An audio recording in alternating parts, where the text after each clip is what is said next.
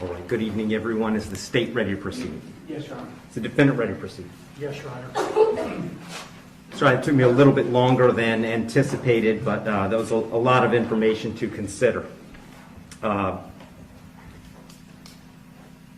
me just start by saying that as multiple people have observed, this is a particularly difficult case because there's really nothing that the court can do that's capable of fixing the harm that has been caused to the victims in this case. So that being said, I've got to start with the law. I'm bound by the law, and the law gives me a guideline for how to analyze an appropriate sentence in this case. So I want to start with the Camacho case.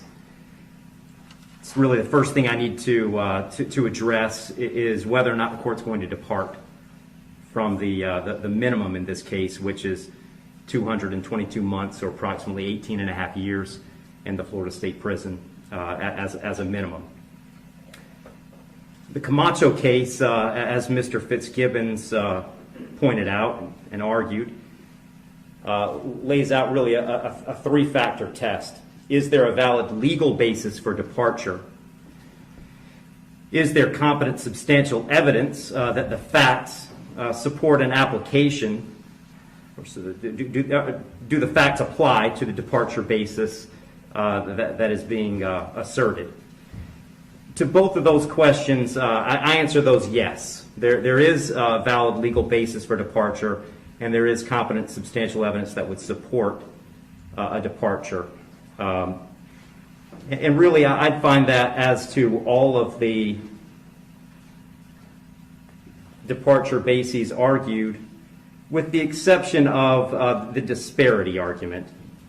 I'll just comment on that one for a moment. The defendant has argued that an available basis for departure is the disparity between the guidelines and the sentence that Mr. Barano got. I don't agree with that. I agree that disparity could potentially be an available legal basis for departure. But in this case, I don't think it applies because I do think that there are important substantive differences between the facts as applied to Mr. Barano and the facts as applied to Mr. Herron. The state's put those on the record. I won't elaborate on it too much other than to say I think that the difference, the age of majority for Mr. Herron is one of those. But mostly I just think that the facts are different as between those two defendants. And so I don't believe that the facts in this case support that as a departure basis because I believe that a disparity in sentence between Mr. Barano and Mr. Herron is appropriate in this case.